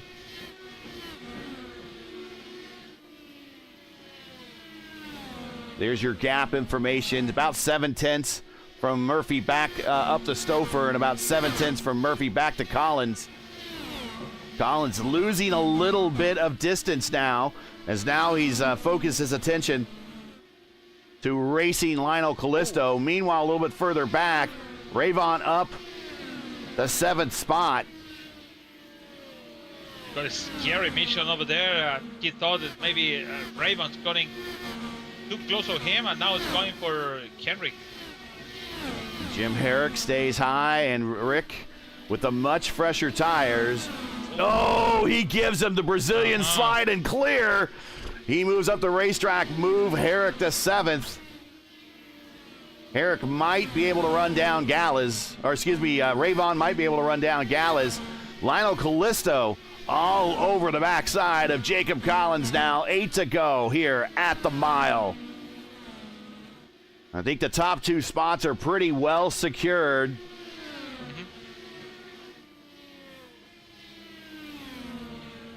I think here's the battle in Callisto and Colin.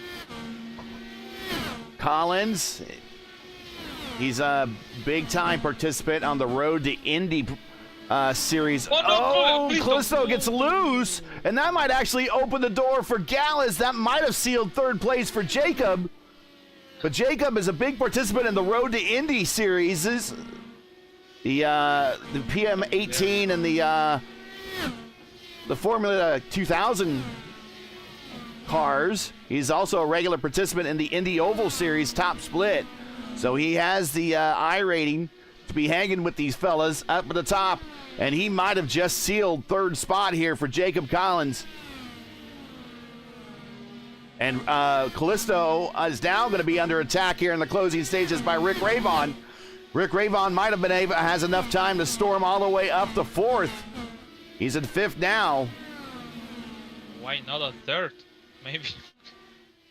I think we're going to run out of time because here comes our leader off of 4, looking at 4 to go as he is a leader by 1.5 seconds. He's extended his lead outside of the draft envelope. So Murphy not being able to benefit from the draft. The benefit that Murphy does get, though, is he does not get the dirty air from Stouffer. So he might be able to reel him in and make this a little bit closer at the end. Rayvon now to the inside of Lionel Callisto. They're still side by side through 3 and 4. Coming to 3 to go, Stouffer. Oof.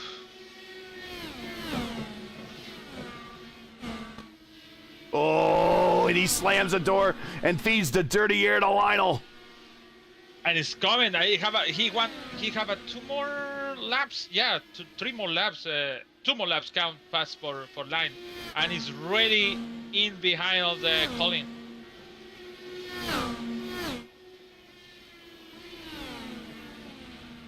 I don't know how it's not loose. I don't know how he keep it the 4 wheels in the track. Raven, I can see it. He's bouncing around inside and take the third. And he has third, but not done yet. Jacob to the inside. He's going to send it. White flag in the air. Christopher, and he just sends it right on by Rick. Rick's going to have a run off the corner, and there was contact, and I think that might have been net code. Christopher's coming off of corner number 4. Win 2 in a row to start the season. I guess we're going to have to see him next week in Chicagoland. Christopher, your winner. Wow, they finished also 2, and Galas and Omier for the 5th place. That was close, but see what happened here between Rick and Jacob. Jacob really sent it in there. Oh, he just got loose on exit and puts it into the wall there. No contact, all good. But unfortunately, a bad finish for Jacob Collins as he was looking at a podium, possibly a top 5, and he will finish with the top 10.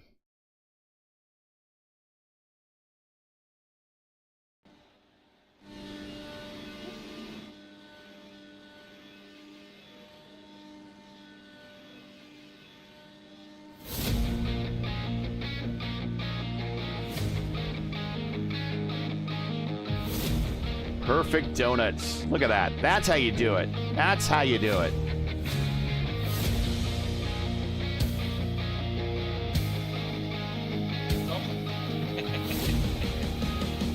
You're right. Although I think this weekend, or at least with Long Beach, this was the 28th anniversary of the first donut ever. I think that was that's what we had. Yeah. Alex Zanardi. Christopher gets the win, 2 in a row to start off the season, and not bad for just, hey, why don't you race with us tonight and see what happens? That was last week. Now he's committed 2 races at least. He's got to commit himself to a 3rd race. He's got to come and race at Chicagoland. He's your winner tonight. Mark Murphy had himself a very quiet race, finished 2nd. But I shouldn't say Murphy had a quiet race. It got adventuresome back there, and some contact with a teammate. We will talk to him about that. He does come home 2nd. He was on the 1-stopper, and he did it. Rick Ravon 3rd, Lionel Clisto 4th, Mohamed Omier 5th. Backing up that win last night in votive, Hugo Gallas 6th. Brian Greenlee, another top 10 finish in 2 days. He comes home 7th. Rigney, the host with the most 8th. Lewis Hayes, he comes home with the top 10. Very quietly, did not have the best race. Saw him spinning at some points, but hey, drive to survive, and that's what happens. Top 10 for Lewis Hayes. Jacob Collins, I'm going to say he's probably disappointed on that 10th spot.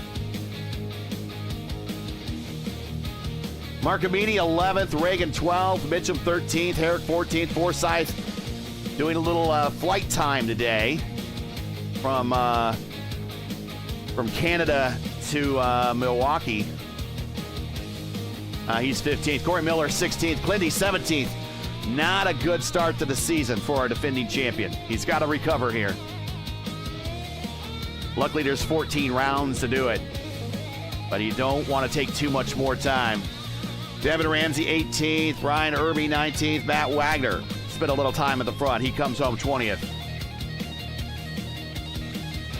Rodriguez making his first start of the season 21st. Kirby. This is actually one of his worst finishes in a while for the stock car veteran here in the league. Getting the hang of these Indy cars.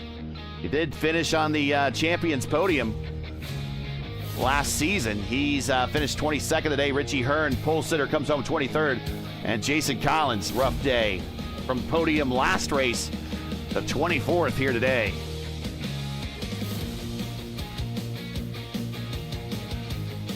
So yeah, in 1 hour and 26 minutes, Stoffer won the race with 15 cautions. Like you said, Stanardi in Long Beach 97. The podium was Mauricio Guglielmin and Scott Pruitt. Al Jr. fourth and Barker Johnston in fifth that day in Long Beach when the Stanardi made the donuts the first one.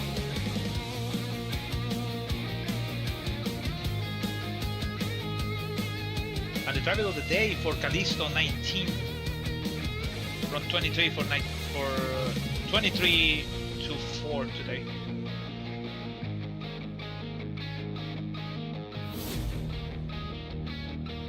All right, we'll get our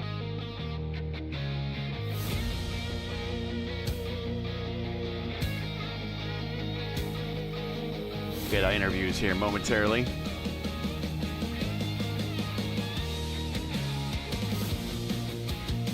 All right.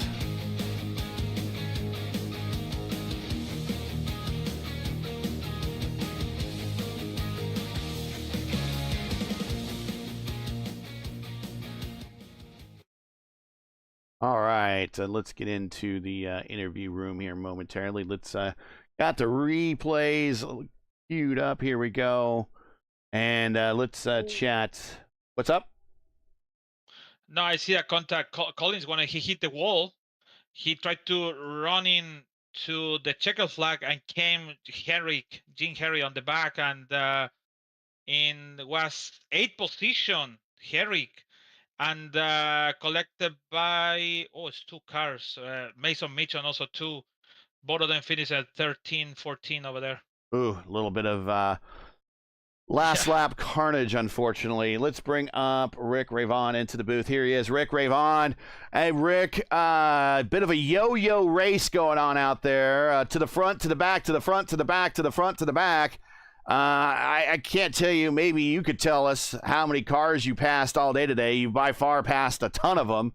Although, really, in the grand scheme of things, in terms of positions improved, only show 6. But you passed a whole lot more than that. Talk about kind of your strategy at dropping off there and losing all that track position just to get fresh tires. It paid off, but in some cases, it really put you deep in the hole. Yeah, there really was no strategy going in here. It was just it was like, feel it out, see what the other guys are doing, track conditions, how's the car going to be handling, should I go easy on the tires, should I push? I didn't know what the hell to do. I didn't know what to expect, and so I was just going by what everybody else was doing. And, I kind of expected this. I was hoping I would be able to work my way up. I thought we were going to do better. Me and Jason Collins, my teammate, I thought we were going to do better in qualifying, but we ended up mid-pack. And, again, I knew our work was cut out for us. He had some bad luck back there. Sorry to see him, after podium last week. I was hoping one of these days we got to get us both on a podium. But, as far as strategy, I didn't know what the hell to do, to be honest. I was, should I pit now? Should I wait? Do I have enough gas to make it to the end? Should I wait a little longer? I saw some other guys, Wagner and other guys, stayed out. And I'm like, did I know something that I don't? And so I was just kind of feeling it out, playing it by ear. But I had to pit that last stop because I think it was Hugo Gilles. I just barely touched his left rear with my right front wing, and that knocked the wing out. So I said, well, I'm not going to struggle along for the rest of the race like this. I don't care. I'm just going to pit. So I pitted, got the fresh tires, and I got the setup down to where it was working pretty good. We were able to get around, like you said, a bunch of cars. So I'm happy to be able to work my way back up to a podium. I'm really happy to see Christopher win this thing. That dude is awesome. One of my favorite sim racers. Known him for a long time. And congratulations, Chris. Awesome job, man. So glad to see you got the win tonight. Yeah, you really seem to have figured out the corners. We noticed that you were kind of slower in than everyone else. And then you got the car to the bottom, you waited for it, you used the brakes, you waited for that car to kind of get stable, and then you were hard on the throttle and very fast off, kind of a slow in, fast off type approach. And it seemed to really work out for you considering how long you spin in the corner at this racetrack. Yeah, it was a little ridiculous because you're either going to push going in or you're going to be a little loose. You try to get the thing turned or rotated for the corner, but then it's loose on exit. I mean, I just had, an eggshell underneath the gas pedal the whole race. And it was probably, I don't know, let me think, 6, 7, 8, 20, 27 or 28 times I almost lost it coming off turn 2. So, I mean, it was treacherous, man. It really was. I was, well, I guess we're all kind of blindsided. I was hoping we'd have more grip because Milwaukee's always like this, but I guess they do realistic weather and it is what it is. So everybody had to deal with it. And, again, I'm just glad to come away with a podium. Shout outs, friends, family, sponsors. Anyone to say hi to before we let you go? Nope. I don't like anybody. I don't care about it. Nope. No, congratulations to Stouffer for the win. I'm surprised we had so many yellows. The quality of this field, that just goes to show you how treacherous it was out there, by the way. I do want to point out, it was so treacherous out there. As good as this field is, strength of field is like way up there, and you got real quality guys, and so many people were just having problems. So, but shout out to the guys that survived, and shout out to Mike Wrigley, for the league, and of course you and Lewis in the booth. P1 Broadcasting, baby, nobody does it better. Thank you. And you know it, baby. And let's see, my daughters, Zoe, Mila, I love you guys so much. You're probably not watching because you don't care. You're so used to seeing Daddy do this. You're like, yeah, whatever. It's just another race. My wife, shout out to you. I love you with all my heart. And let's see, the Lord Jesus, I love you. Thank you for dying on a cross for me. You are my Lord. You're my Savior. You're my comfort. You're my energy. You're my wisdom. You're my peace. You're everything. I love you, Jesus. And that's about it. Congratulations on the podium, first one of the season, and we will catch you here in a week or so when we head to Chicagoland. Another track we'll know you'll be good at, so we'll see you then. But congrats on the P3, and enjoy it for the next week. Thanks, Gary. It's awful nice to be able to finish a race without having either a black flag or disconnecting or something. I was just waiting during the race. I was just waiting. I'm like, yeah, things are going pretty good, but something's going to happen. When's that other foot going to drop? Yep, exactly. Well, not today. No more bad luck today, and hopefully that continues for you for the rest of the season. Only 2 races in, but one podium, and that's a pretty good start. And we're still in the early stages, but we'll know you'll be there at the end. So congrats. Some pretty good points. They say things happen in 3s. So after last week, I was like, well, that's the 3rd race in a row. Hopefully that's it. So hopefully that's behind us and we'll have a good season. Thank you, guys. All right, take care. All right.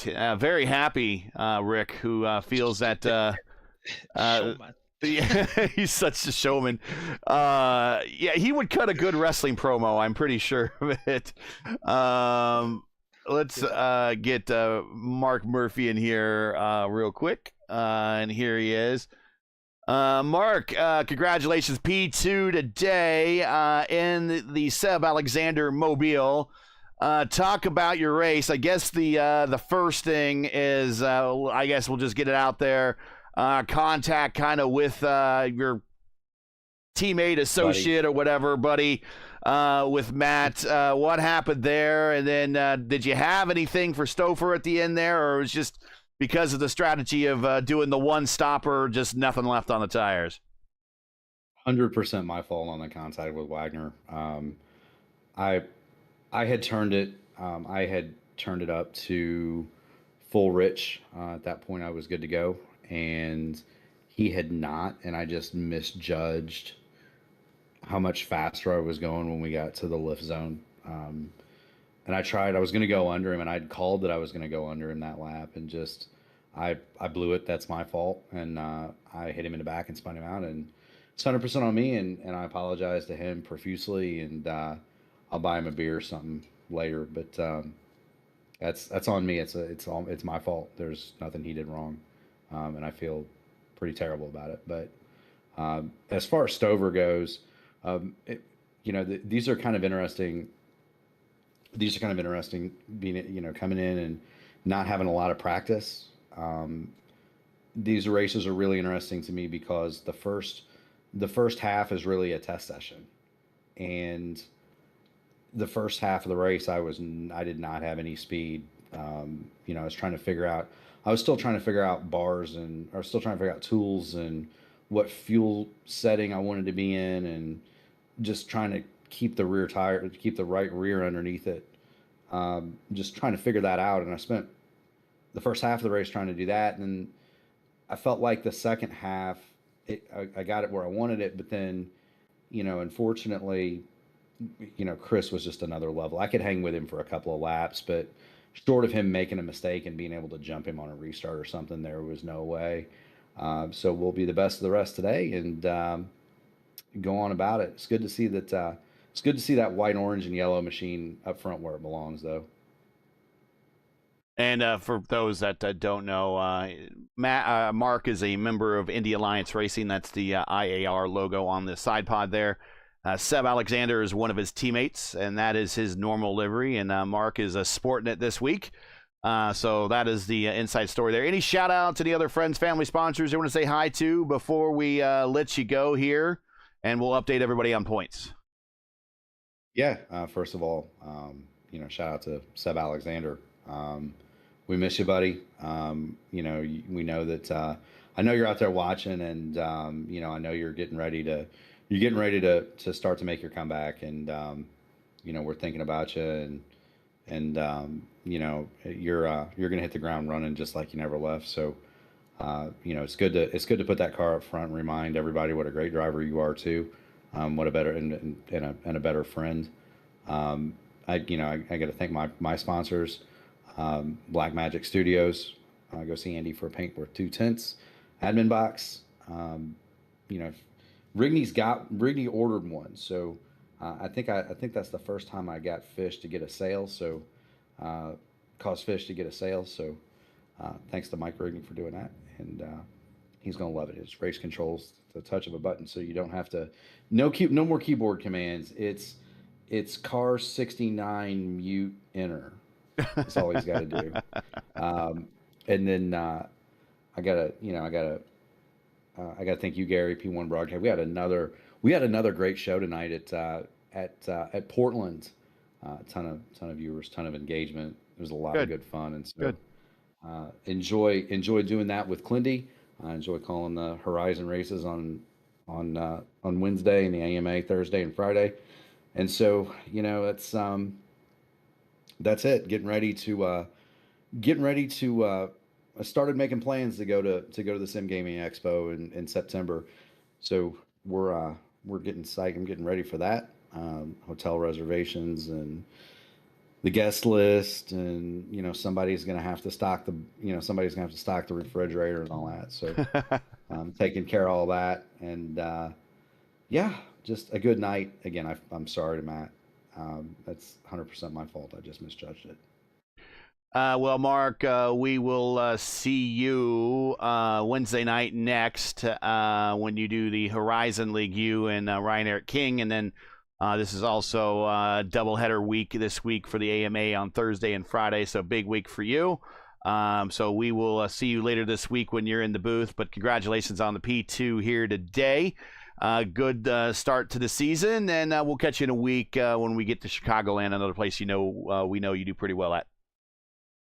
Yeah, man. Keep going fast and having fun, boys. Don't have too much fun, though. No, of course not. Mark Murphy finishing second here tonight. And let's bring up Chris Stouffer. But before we do, Lewis, we do have the point situation. Now we are 2 races into this thing, and Chris Stouffer is 2 for 2. Has 124 points and a 36-point lead over Lionel Callisto, who is now second. Matt Wagner probably feeling now a little blue if he's going to look at the points. Wags is now 5 points behind Callisto in third. Probably would have finished ahead of Callisto, or maybe marginally ahead of Callisto at the end of this race. So he probably could have been second coming out of this race going to Chicagoland, but he is third. Murph is in fourth. Brian Greenlee, he is in fifth, tied with Craig Forsyth. Then Rigney, then Jason Collins, Hugo Gallas, Chris Reagan, and Richie Hearn basically is your top 10. There's a couple ties in there.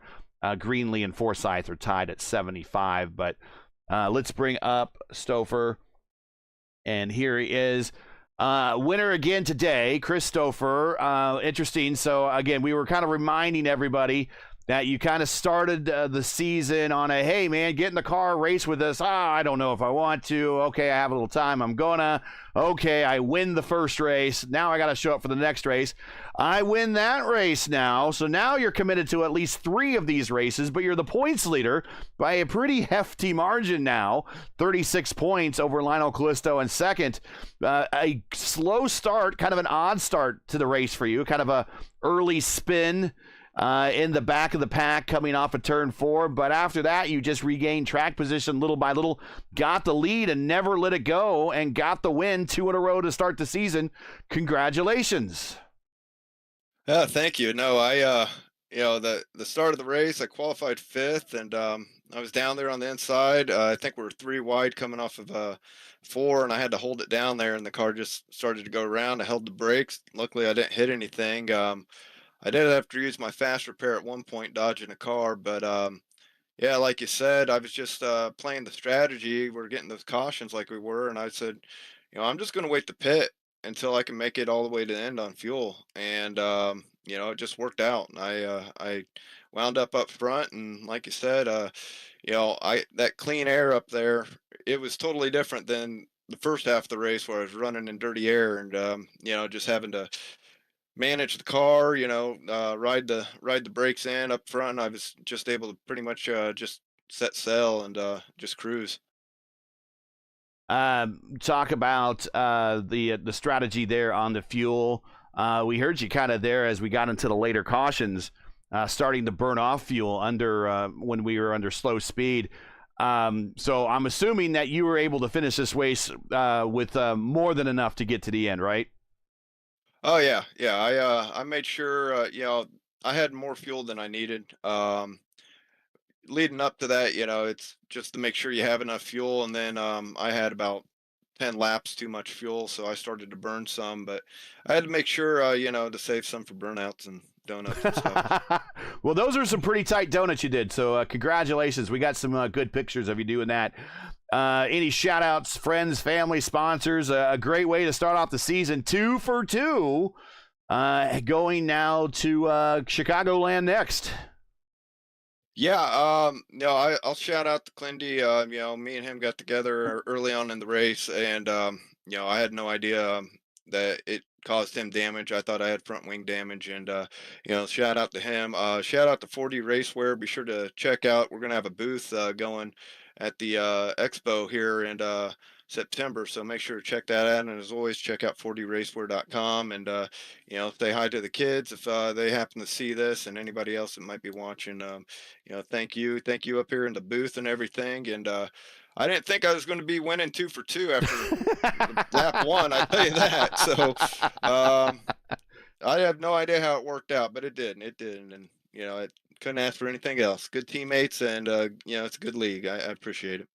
Well, now he's at least committed to a 3rd race this season at Chicagoland. Can he go 3 for 3? We'll see in a week. Christopher, your winner tonight at the mile in Milwaukee. Congratulations. Thank you very much. Thank you. Lewis, a bit of a slugfest here tonight. Kind of not an MO race for the ISRA. A lot of cautions, a lot of little mistakes. My understanding, it was a very challenging setup. It was meant to keep the drivers kind of guessing and on edge a little bit, and I think mission accomplished there. But we start the season no different than we go to the second race of the season, no different than we started the season, with Christopher as the winner at a very difficult, as it turned out to be, mile racetrack here in Milwaukee. Yeah, so it's remember, it's not just Auto Club and just going around. You have to come into the short track and do your best, because I know we have after that Chicagoland, Kentucky, Gateway, Indy, and they're coming at road course.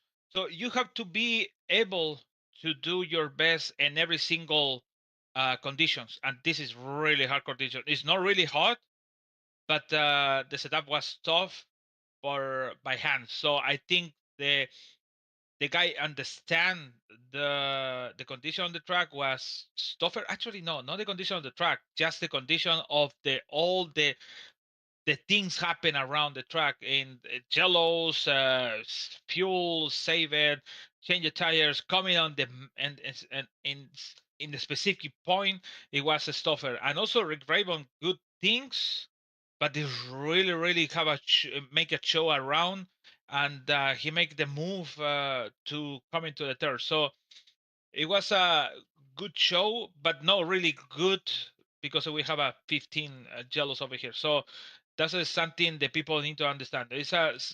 We came into the top with Auto Club, and now we're going down with this performance. But hey, it is that's the rules of the game. So sometimes we cannot be like a good.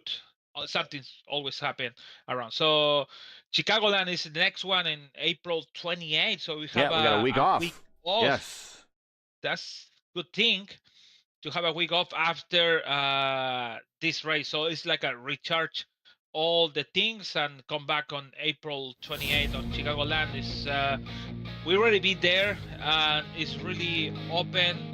It could be another pack race, depend how the setup is today, but it's gonna be at the day race. So excited for that. I hope Christopher's come back, because Callisto, without doing nothing important, he is in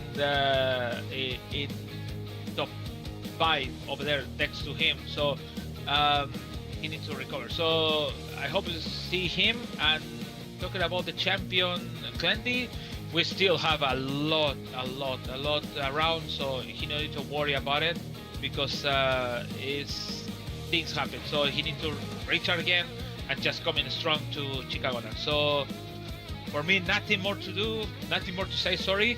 See you on April 28th when ASRA coming to Chicagoland. There is the schedule on your screen. Yeah, I forgot that we have the week off. So we have a week off after this. Then we go to April 28th, Chicagoland. And again, a nice little recharge after the first 2 races of the season. Get everyone refocused one more time. And then we go on a bit of a run there. But April 28th, in 2 weeks, is our next race. That's it for tonight. Once again, your podium here from Milwaukee. It's Christopher, 2nd win in a row. Mark Murphy, 2nd. Rick Ravon storms his way to 3rd. Join P1 again in 2 weeks for round 3 of season 2 of the Sim Gaming Expo ISRA Open Wheel Series, as the teams and drivers head to Joliet for our first daytime intermediate oval of the season, the Chicagoland Speedway. Coverage begins at right around 9:30 p.m. Eastern Time. Again, that's 9:30 p.m. As always, for the correct broadcast time in your area, you can find everything right here at YouTube at youtube.com/@P1 Broadcasting. Now, as you know, the YouTube algorithm game's not easy, so please help support P1 with the weekly grind. Leave a comment below. Let us know your thought of tonight's race. If you enjoyed tonight's coverage, support us by smashing like in the video. If you're new, click subscribe, and while you're at it, hit that weekly reminder button, that bell button, for to get those weekly reminders so you don't miss out on more of P1's other iRacing programming, including the iRacing IndyCar Oval Series, a meme race doubleheader tomorrow, as the iRacing IndyCar Oval Series heads to New Atlanta Motor Speedway. Coverage starts at 8:15 p.m. Eastern Time with Race 1, with Race 2 to start no later than 10:15, but immediately after Race 1, we'll try to get to Race 2. Join us for what is always going to be a good time and a crazy race. The ISRA Open Wheel Series is brought to you by the Sim Gaming Expo. Get ready for the ultimate simulation gaming experience. The Sim Gaming Expo is bringing all genres of simulation and gaming technology under one roof. Join us September 5th through 7th in Chicagoland at the Schaumburg Convention Center to try out the latest gear from the biggest brands in the industry, meet your favorite streamers, and to celebrate your passion for simulation with our incredible community. Don't miss out. To learn more, get your tickets now. Go to simgamingexpo.com and be a part of simulation gaming history today. Track cams for this race are provided by Whiplash Sim Cams. Get the most out of your iRacing experience with Whiplash. To learn more about Whiplash, like them on Facebook or follow them on X and Instagram. The links are in the description. So for LGN everyone at P1, the Sim Gaming Expo, and the ISRA, I'm Gary Gotzo saying all good night and thanks for watching, and to all of our men and women serving in the military and as first responders, Godspeed, God bless, and come home safe. Catch us again right here in 2 weeks at Chicagoland for the next race of the Sim Gaming Expo ISRA Open Wheel Series. Good night.